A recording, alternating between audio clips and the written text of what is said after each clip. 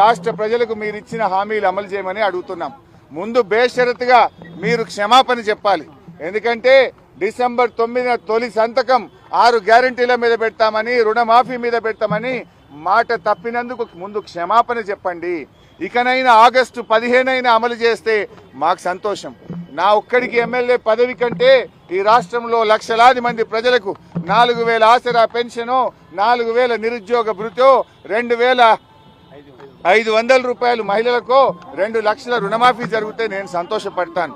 5 ఏళ్లు నాకు పదవిలో లేకపోయినా కూడా రాష్ట్ర ప్రజలకు మేలు జరిగితే నాకు అంతకంటే ఆనందం ఇంకోటి ఉండదు.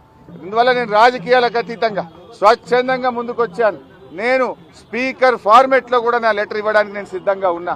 ఇవాళ నీ డిమాండ్లను ఇవాళ ఇక్కడ ఉండే జర్నలిస్టుల చేతిలోనే నా రాజీనామా పత్రాన్ని పెట్టి వెళ్తా ఉన్నా. స్పీకర్ ఫార్మెట్ లో రాజీనామా ఆమోదించుకొని పదవికి దూరంగా ఉండడానికి నేను సిద్ధం. కానీ నువ్వు మరి ప్రజలకు ఇచ్చిన మాట నిలబెట్టుకోవాలని కోరుతా ఉన్నా. 6 గ్యారంటీలు 100 రోజుల్లో అమలు చేస్తామని బాండ్ పేపర్ల మీద రాశారు. చట్టబద్ధత తెస్తామని చెప్పారు. మొదటి రోజే సంతకం పెడతామన్నారు. ఇది సోనియా గాంధీ తల్లిగా ఇచ్చే మాట అని చెప్పి రాష్ట్ర ప్రజలకు మీరు హామీ ఇచ్చారు. ఆ హామీలు అమలు చేయాలని మరొక్కసారి నేను కోరుతా ఉన్నా. మీరు రావడం రాకపోవడం మీ విజ్ఞత.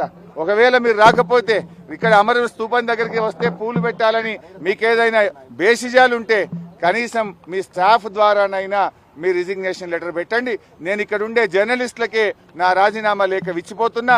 మా జర్నలిస్టులే తెలంగాణ ఉద్యమకారులు. తెలంగాణ ఉద్యమంలో మా జర్నలిస్టులు మేధావులు అద్భుతంగా పోరాడారు. వాళ్ళ చేతిలోనే నా రాజీనామా లెటర్ పెడుతున్నా. నువ్వు అమలు చేస్తే వాళ్ళు నేరుగా నా లెటర్ను స్పీకర్ గారికి ఇవ్వచ్చు. ఒకవేళ మీరు కూడా పెడితే అది మీ పెద్దరికాన్ని నిలబెట్టది. ఒకవేళ మీరు రాజీనామా లెటర్ ఇవ్వకపోతే అది మీరు మరొక్కసారి దేవుళ్ళ పేరు మీద ఈ రాష్ట్ర ప్రజల్ని మోసం చేస్తారని భావించాల్సి ఉంటుంది.